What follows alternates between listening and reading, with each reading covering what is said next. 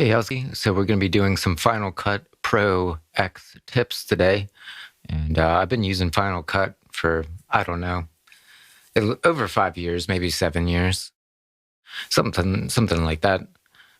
You might be noticing that I'm using an old version of Final Cut. That is because I use a Hackintosh, and I have a desktop computer that's kind of like modded out to use Mac OS. So I kind of keep my stuff out of date on purpose.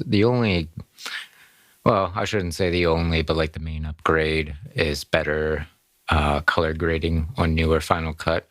But anyways, I like my old Final Cut. I like to not mess with it and not like to not do upgrades. Matter of fact, I've had so many things break from updates, so I hate updates.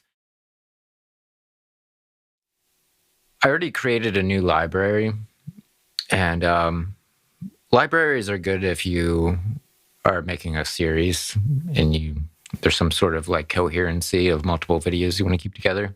But when we make a project, most likely you want 4K, probably. You might also want 1080p. If you're doing shorts, maybe I should make a video explaining shorts, especially like converting, which isn't too hard. It's just like an artistic choice more than anything of like trying to get shorts to like look good from old form content. But we actually flip these numbers around for shorts. But we're not doing that. I think we're doing 4K today. Most of the time you want sample rate at 48K, especially if you're using cameras. 44.1K is from the CD age, so it's a bit obsolete nowadays. 48K seems like the safer choice.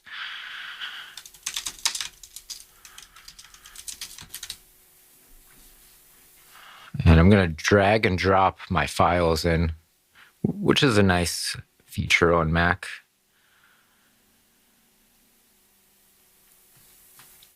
First tip I have is cross dissolves. So for the longest time, let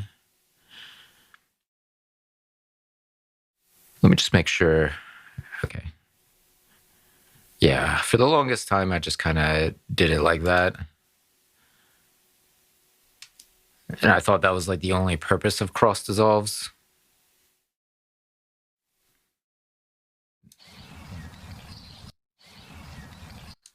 As opposed to without the cross dissolve, it just goes straight to it. So I like cross dissolves a lot because it doesn't feel overproduced and it just feels gentler to the eyes. But one way you can use cross dissolve that I didn't notice for years, but it's kind of nice. Let's say we were really into cameras or something like that, and we were showing people what camera we used or whatever. We put a cross dissolve above it on a block above it, and then it automatically does like a fade in and a fade out. Small little productivity tip, but it just looks a little bit more premium to do that. Next tip I have is color mask. So I have a beach.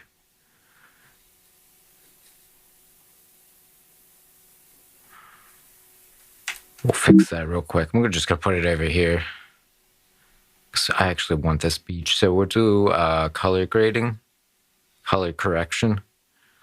And I don't like how brown this water is. So I always use color correction like over here and like did the whole image, but like there's a kind of a fancier way of using this, of changing only one color, which also looks very premium. You go under here, you hit add color mask, hit the dropper. At least I thought I think transform was on. See, this is going to be a little bit tricky. Actually, we should use this one. See, the problem is everything's brown in that image, so the trick is not going to work as well. I guess that's just honesty. It's going to work better here because the brown is clearly separated. And then we try to make that water look a little, see, that looks amazing.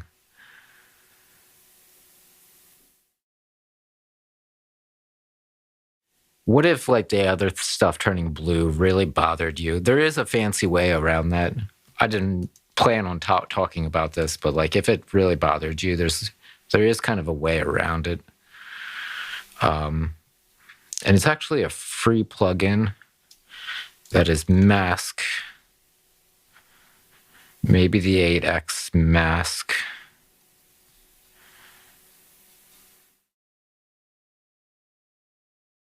So we want everything but the water. I guess it doesn't have to be perfect because like I actually kind of like the blue a little bit. And the color correction's still on, so we'll turn it off. What?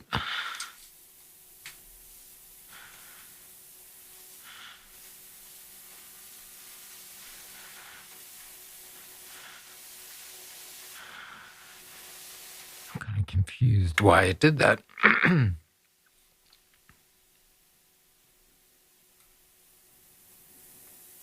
Oh, duh. I don't know what I had chat marked, but yeah. So all blue.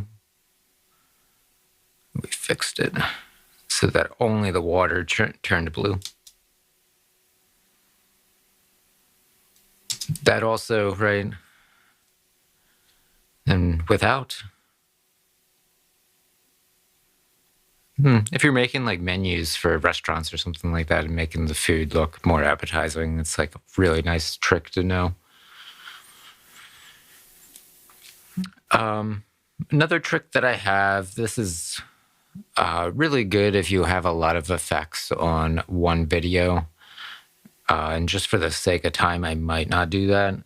Or I might just throw in one more just to prove the point, maybe. I don't know.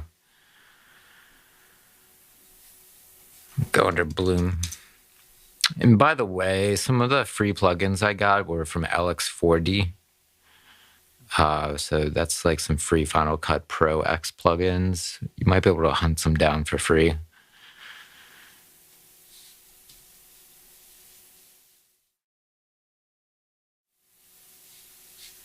Why is it? It's working a little bit. Huh.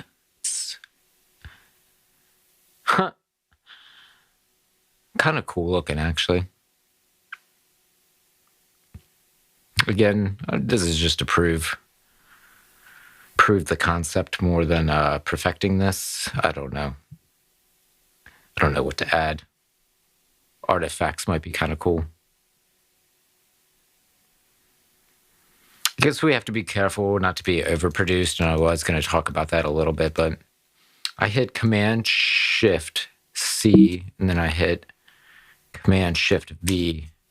You get to choose what plugins you want to copy over.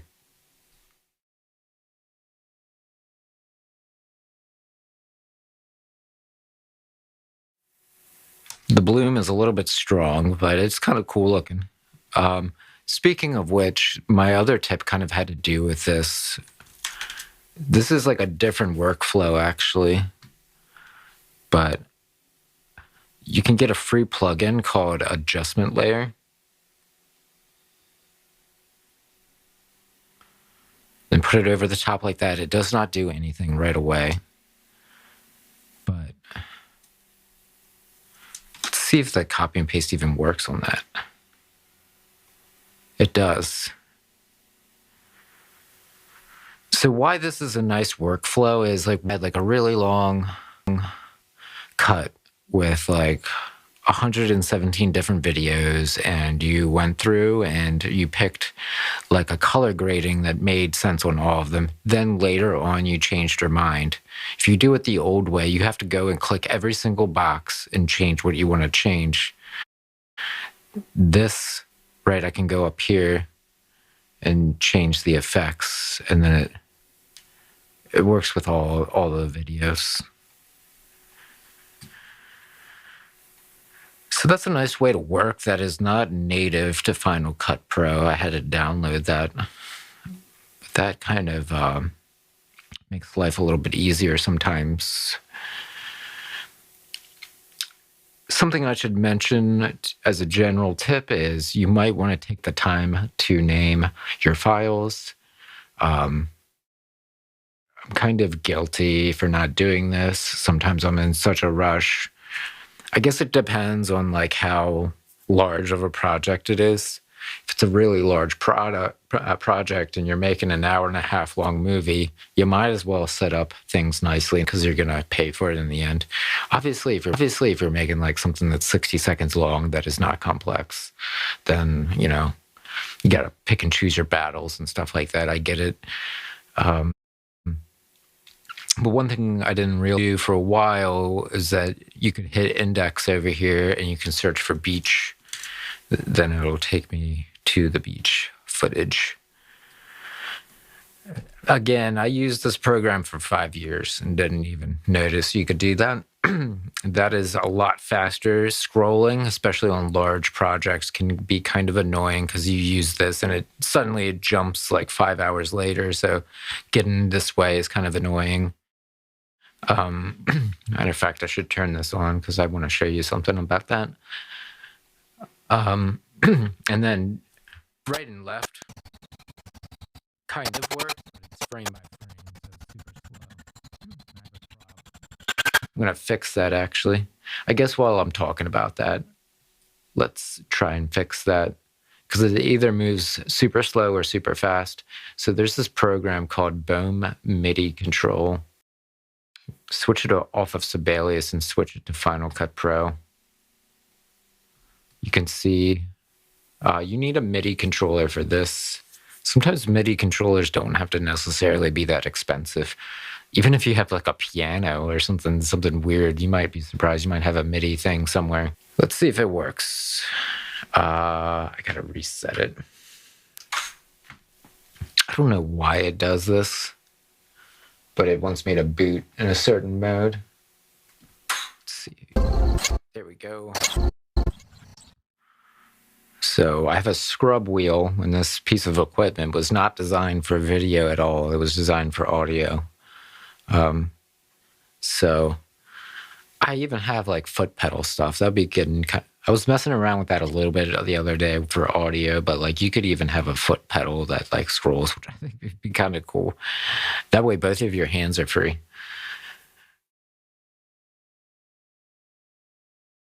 Kind of silly on such a short project. Try to envision this being like an hour long and like having to really get somewhere here. Another tip I have is that Keyer does not have to be a green screen. Yeah, like you have this white on the camera. It's okay, but it'd be cooler if it didn't have the white. Let's see if it works. Yeah. I hit sample color and then I pick the color that I don't want. That is the camera that I have, Fuji X-T4. I kind of want to do gear reviews so badly, but like the gear that I have is at such drastic price points that I don't know. Sometimes it feels a little bit silly to do a gear review because that camera was super expensive and all the other cameras I have are like 10 times cheaper. So it's like, why would you compare them kind of thing? But maybe a tutorial makes more sense than a like comparison. But yeah, obviously I really like that camera a lot because it was a significant upgrade. And I think the style of that camera is like lots of buttons, and which I kind of was the main reason I got it. Instead of like going through menus, it just feels like it has a button for everything, and it feels like a James Bond camera or something. There's so many buttons on it.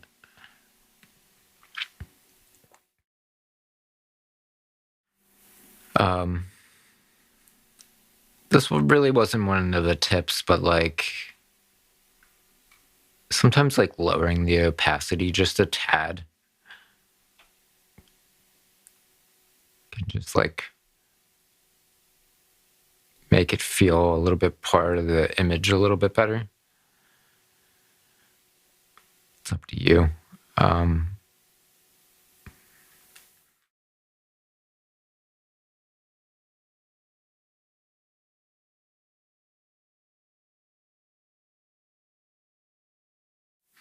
Like I said, you could do anything you wanted to do, like any color. Kind of works better if there's like a lot of separation in the color compared to other colors in the image. So what if I wanted to remove white? It didn't really work because I think it was already selecting something. I wish there was like a reset on that thing.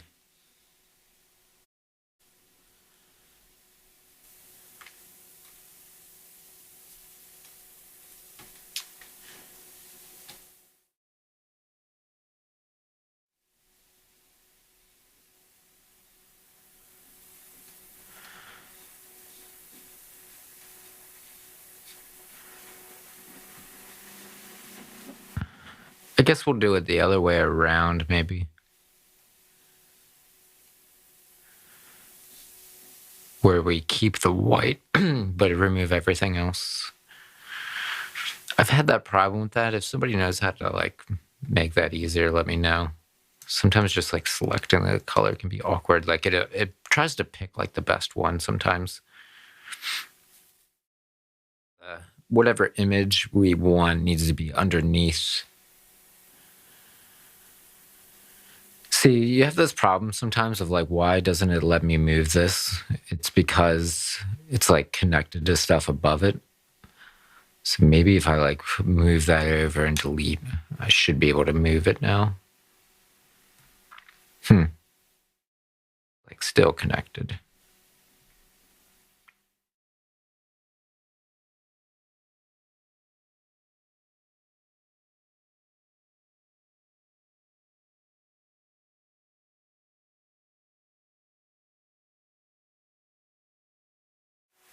Did I do that right?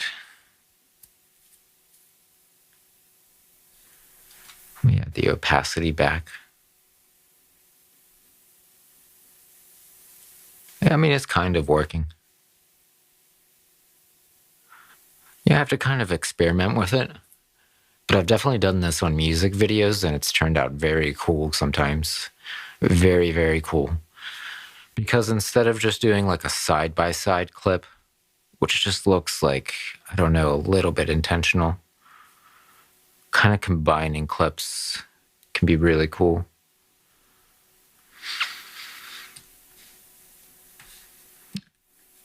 I don't want to say like side by side looks like overproduced. I don't know if overproduced is the right word, but it like looks tampered with. Whereas like if you do this, you kind of get it to look like merging two images, kind of.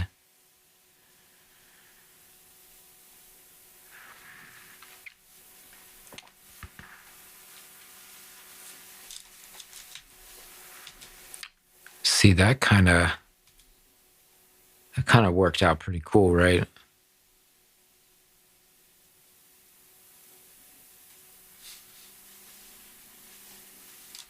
That was the original.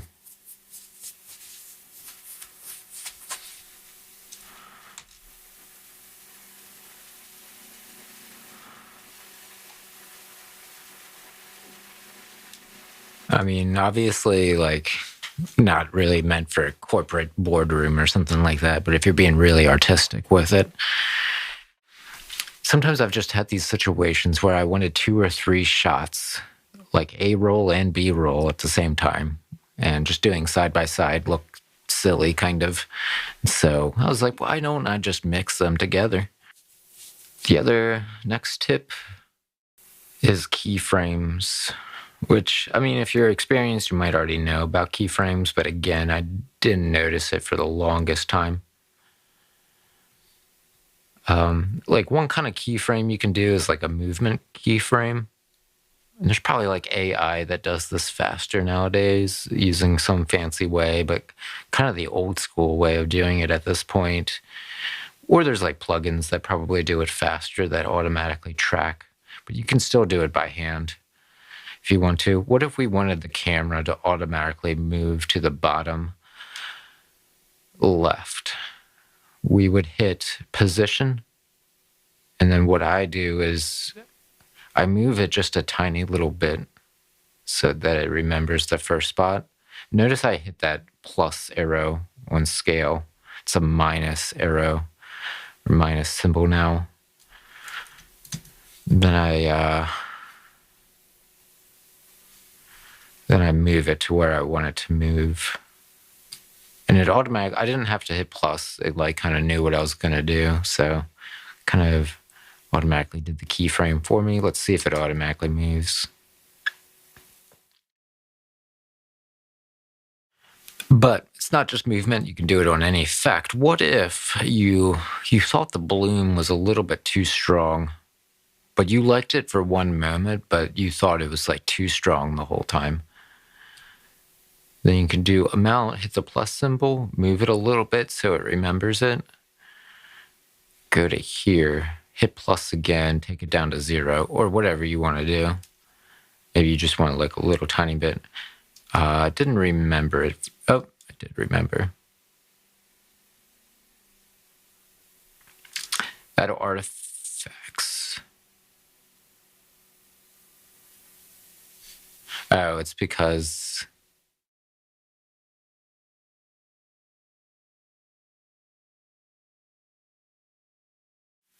yeah, it worked that time. The adjustment layer also has bloom on it. So we have double bloom. Yeah, just keep in mind that was like 2 ways of working, whether you want to put effects on the individual or what. I guess it depends on how drastic your difference in footage is. If it's like the same podcast image the whole time of just talking heads, then probably using the adjustment layer makes more sense because you're probably not going to have like a bunch of different artistic color grading. But if you're making a movie with a bunch of different shots, probably doing individual could make sense. Next one is graduated mask. Let me try to think of a good way of doing this. What if you had like a website image?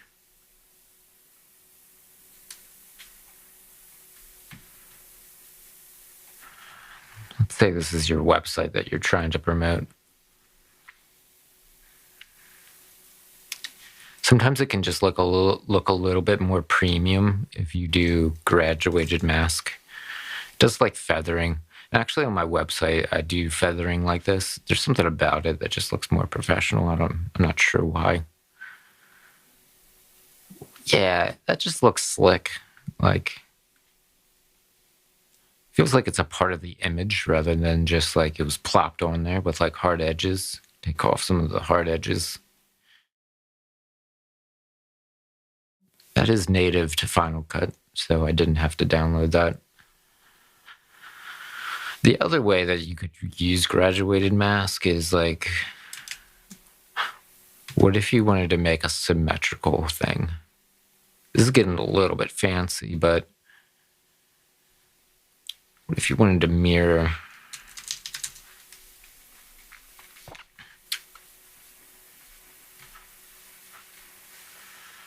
That looks pretty cool itself.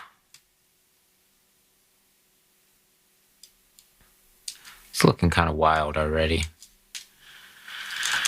What would happen if we did graduated mask on top of that? I don't remember. By the way, V is the hotkey to hide.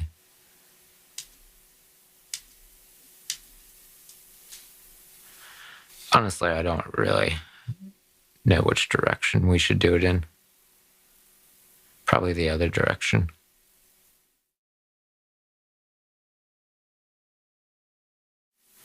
I guess people could tell it was like a symmetrical image at the middle. So if you wanted to humanize it a little bit, you would just like blend it in a little bit. That way the symmetry could look a little bit more believable. Next tip I have is LUTs. I probably often put this on the adjustment layer.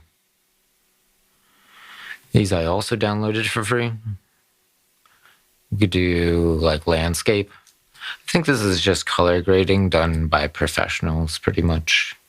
Kind of like a coloring preset. Tropical matte would make a lot of sense for this beach footage. Yeah, that's improving it quite a bit.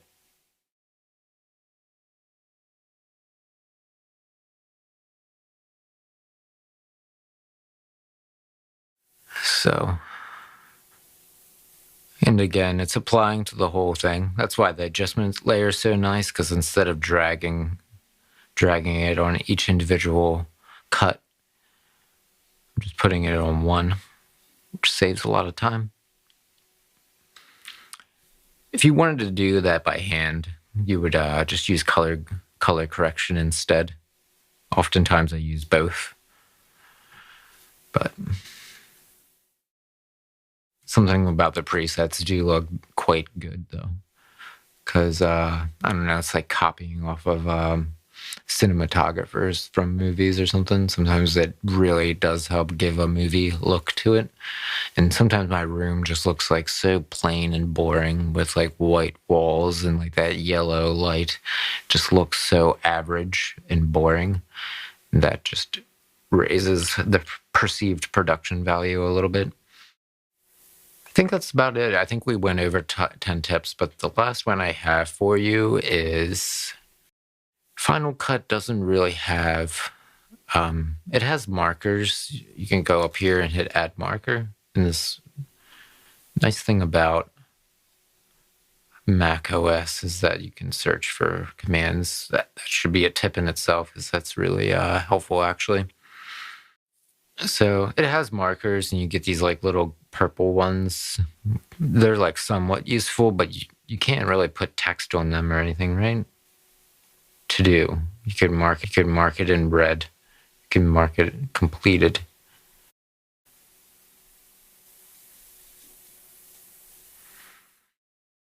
If I want like more specific things, I just do basic title and say, and then in the text I do make sure audio is 48K. And we just, with the letter V, just V, we hide it. And then I can see the text in the time frame, but we end up not seeing it in the video. That's a little bit of a hack.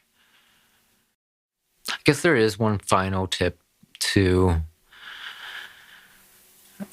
detach audio, which I often do, especially if you have bad audio and a bad camera, right? And you only want the video. I don't know. Or it might be the other way around. If you have like good camera audio on one camera and you want to use it, like this and this are just the same thing. I didn't change anything really by doing that. You just have more independence and freedom with it. But like audio sync and like syncing video to audio, kind of what we were just talking about. What if you had a really nice camera that had bad audio, which is exactly sort of like the situation I'm in exactly right now. My camera is just using built-in audio. It's okay, but it's probably too far away from me. And plus I didn't use my good microphone on it because I didn't think I would need it. And plus it would have been too far away. And then I have the better Shure SM7B. So I will have to sync it up in post. But there is a fast way of doing it. Let's see if I can figure it out. I might have to kind of fake it a little bit and call it a compound clip just to prove. That way when I go under here, it'll show up. See, this is not going to work. It might. Synchronize clips. This works better if, like I said, you have bad audio and good audio, and you want to automatically replace the bad audio with the good audio.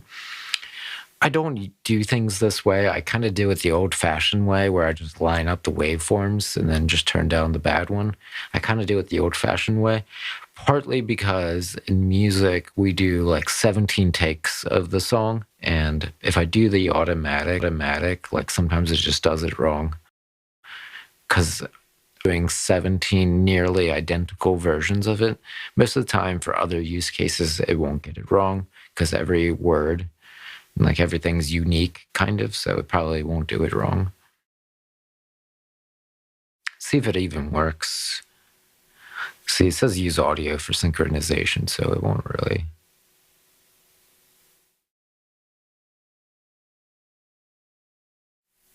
Maybe it just works because it knows the time.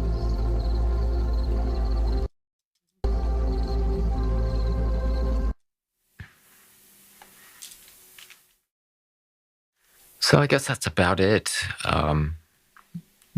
Look at, Alex 4D was I got some free plugins from there. Got Freeze from there. I don't know why it's not showing up. Oh, it's a transition. Sometimes I use Freeze. I use Premonition a lot, especially if I want to make an exciting video.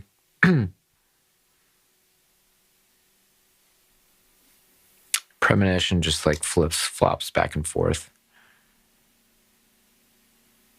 Better, like, because it's like, this is relaxing stuff. I would only use something that's very hyped up.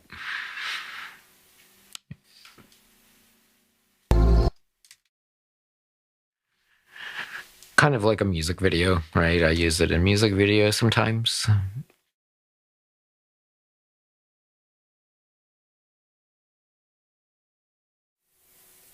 The other thing from Alex 4D was the masks, which were kind of useful. Very like unique masks rather than just being like a shape. You can kind of customize the shape. So we can do what we did earlier with the beach, where I drew a unique shape to choose what part of the image I wanted.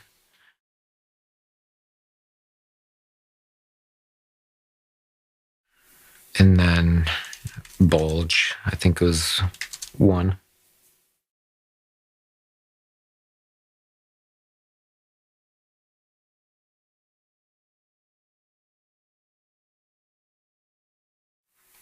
What are those carnival things called? Like funhouse mirrors kind of thing. So I'll play my silly video in full so you can see it.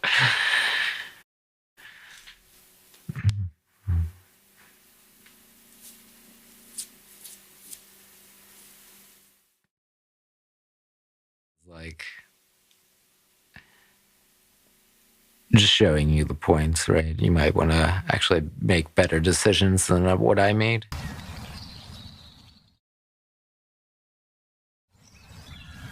Loud, but you can do that. Kind of hide that title.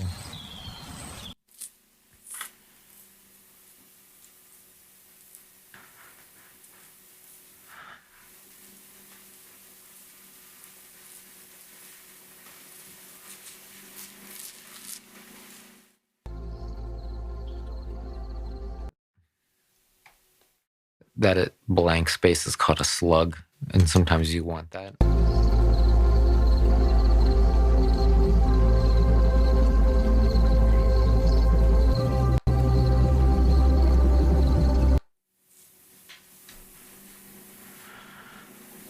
don't know why the resolution is not better on that, to be honest with you.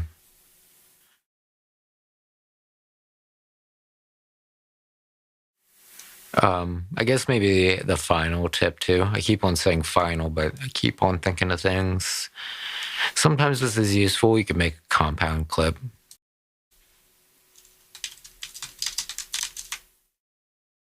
Just turns it into one chunk. Sometimes that's useful. I mean,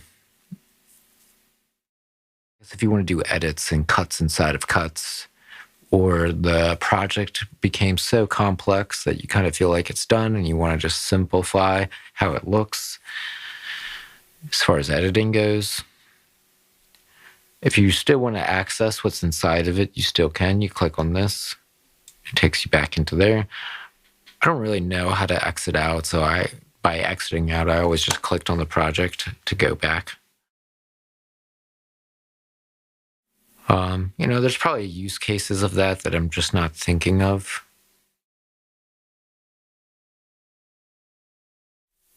Our transitions might actually work better this way because it won't give us that error of like there's not enough length. Maybe there's enough length now. We might be able to do long cross dissolves. Maybe. Let's see. But it's like cross dissolving into the exact same thing though, which is the problem. So in order you might take a few seconds off, then do a cross dissolve. I don't know, sometimes I've had to do this when I wanted the transition that badly.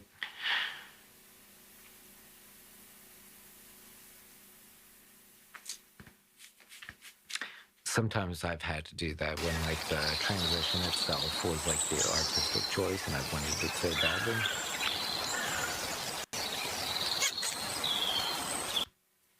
I guess another thing I didn't know that you could do for a long time is Ken Burns. Ken Burns look really premium because it looks like somebody zoomed in and like it just looks a lot better actually than trying to zoom in on the camera because it just always looks shaky when you try to manually do it. It's like so hard to do it manually. They do make pieces of equipment for doing that, but they're very expensive, I think, like thousands of dollars to have like a little robot arm that adjusts the zoom. They do exist, but they're very expensive. So now we can get a very smooth zoom.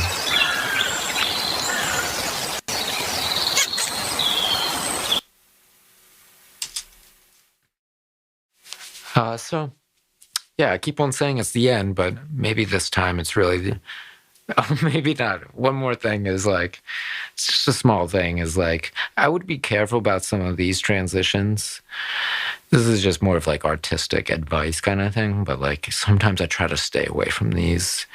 Not always, but like they can look a little bit cheesy. They can look a little bit overproduced. Sometimes having simple transitions and showing some restraint is just like better sometimes. It just comes off looking like a PowerPoint presentation or something. Just a little bit try hard. It's just kind of ironic. Like trying hard can be a bad thing sometimes, but like it just really is. And YouTube goes through different eras that like 4 years ago, everything was about like super high production. Now YouTube is like the exact opposite, where it's like super casual stuff does really well. And just like produced stuff just like is like off-putting to people.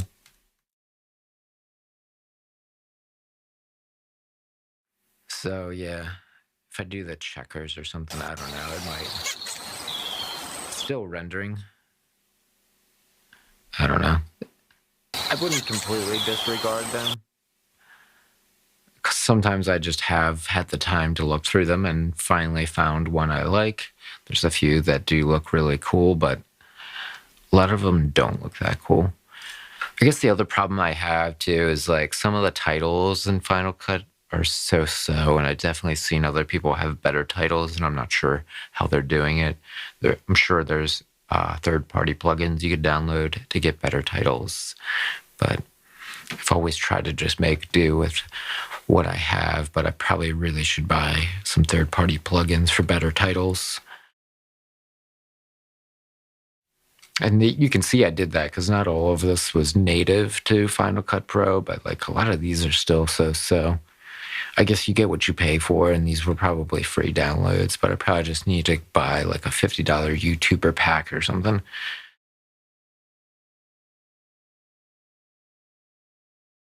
Anyways, if you want to see the gear that I have, links in the description. It's kit.co/woodenboxengineer.